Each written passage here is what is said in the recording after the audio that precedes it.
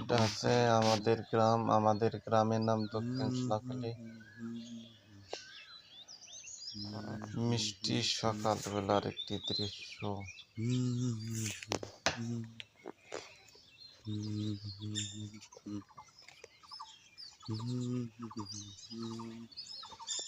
মনে হচ্ছে যেন জীবন্ত ছবির মতো।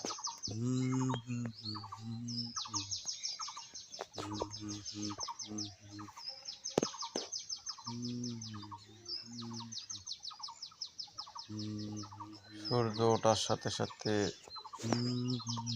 পাখিদের গলার সুর, গানের সুমধুর কণ্ঠস্বর পাখিদের কণ্ঠে ভেসে আছে।